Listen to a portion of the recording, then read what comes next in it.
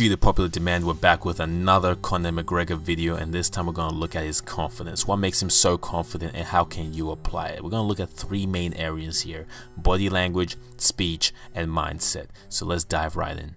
One thing that you'll notice about McGregor is that he's at ease in any social interaction. He's very comfortable, he takes up a lot of space, and he looks like he's just chilling at his own house. This is a trait of many confident people. They don't worry about being around other people. They feel at ease in any social interactions. They can kick back, take up the space they need, and feel comfortable. I want you to pay very close attention to this clip. Look at how much room Conor McGregor is taking up. He does this all the time. Look at him flaring his elbows out as he's speaking. I want you to compare this to his opponent and tell me who you think is more confident. In absolutely everything, I believe inside 1 minute I will dust him, I will exit the contest fresh, I will cash the check, I will sign the next contract for UFC 200, the brand new MGM, and we'll go again. 2015 was my year. 2016 is also my year. Every year is my fucking year. I beat Ben Henderson, Nate Diaz, Anthony Pettis, Donald Cerrone twice, and I fought better guys. As you can see, Rafael clearly does not want to be there. He's insecure, he's keeping his hands underneath the table, taking up as little room as possible, and it looks like he's trying to hide. As he's defending himself, defending his honor as the champion, he's looking down, he's even doubting himself. The problem with bad body language is that it creates a negative feedback loop. It creates a negative feedback loop in which our bad body language starts making us feel bad, making us less confident, and then we have worse body language and it just continues down that negative cycle. Good body language is the opposite.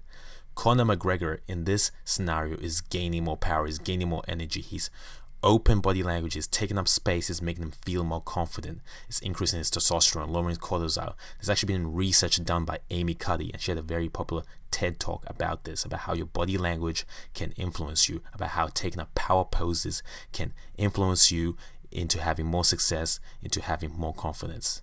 In Amy Cuddy's research, she has a range of power poses that have been inducive to increasing testosterone levels.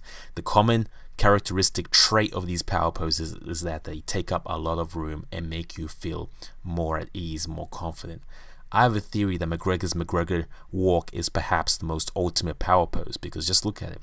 He's flaring his arms left, right, he's looking up in the sky and just connotating the idea that he doesn't give a fuck. That's the idea of a power pose. You take up as much room as possible and get yourself in that zone. During social interactions, many people speak in a rush. They are nervous and want to get their point across as quickly as possible to remove the spotlight from them. They have this innate fear that if they don't say what they have to say quickly, that they will be ignored. Confident people do the opposite. Confident people are deliberate with their delivery. They take their time. They make sure they think out what they're going to say and they say it nice and slowly so that the other person can understand. There is no fear of being ignored. They know that what they're saying is valuable so that they feel more comfortable in saying it. Conor McGregor does this all the time.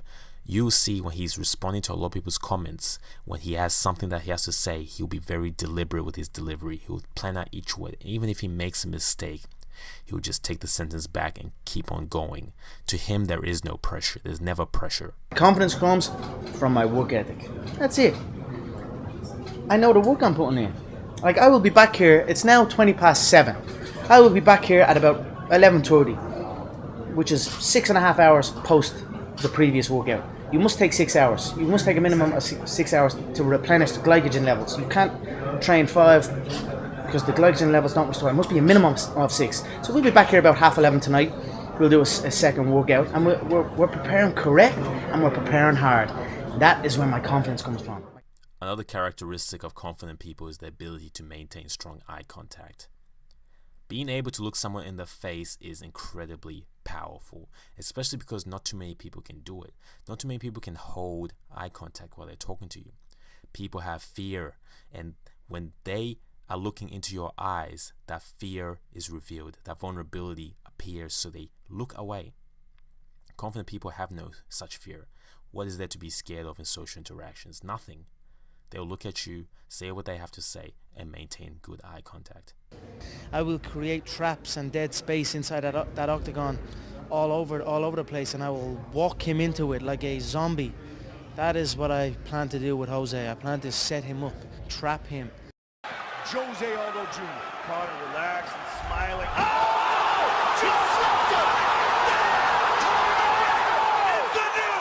I will create traps and dead space inside that octagon, and I will walk him into that dead space, but all of a sudden he will be in danger. How do you do that? How do you predict these if things? you can see it here, and you have the courage enough to speak it, it will happen. So I see these shots, I see these sequences, and I don't shy away from them. All that matters is how you see yourself. If you see yourself as the king, you know what I mean, you see yourself with all the belts and all everything, and no matter what no one else says, as long as you see that and really believe in it, then that's what's going to happen. Who can tell you otherwise? Who says what way you see things? Who says what you see out of your eyes? I saw myself in that light. I saw myself as the number one. You know? I saw myself as the champion. The last tool is visualization. Now, visualization is a tool that is underutilized by so many people, but it's incredibly effective. Conor McGregor is a big proponent of visualization. He follows the law of attraction. He talks about how he visualizes how his fights are going to end, how he's going to perform in the fights. He visualizes how he's going to conduct himself before public speeches. He visualizes his outfit, everything, what he'll be driving vividly. Confident people use the theater of their mind, as Napoleon Hill said in his book, Think and Grow Rich. You practice in your mind over and over and over and over again until it actually is part of you, until when it's time to go, it's automatic. It's in your subconscious mind. What you have to understand is the subconscious mind is no difference between the real and the fake. If you keep repeating something to it, it becomes so real. So confident people visualize their success. They visualize how they're going to conduct themselves. The best example I can give you of this is the movie Fight Club, in which the protagonist created this image, this vision of himself, Tyler Durden. Now, Tyler Durden was everything that the protagonist wanted to be. You have to do the same. Envision what you would do if you were your best self, if you were the most confident version of yourself. How would you conduct your public speeches? How would you conduct your conversations with people? How would you carry yourself? What type of body language will you have? Do this over and over again, and you will become that character. And that's what Conor McGregor has done. So visualization is a big key. Just remember that these tips are not limited to Conor McGregor. Anybody can improve their body language by taking up power poses and feeling more at ease in any social interaction. Anybody can learn to speak better by being more deliberate in their delivery, taking pauses and improving their cadence.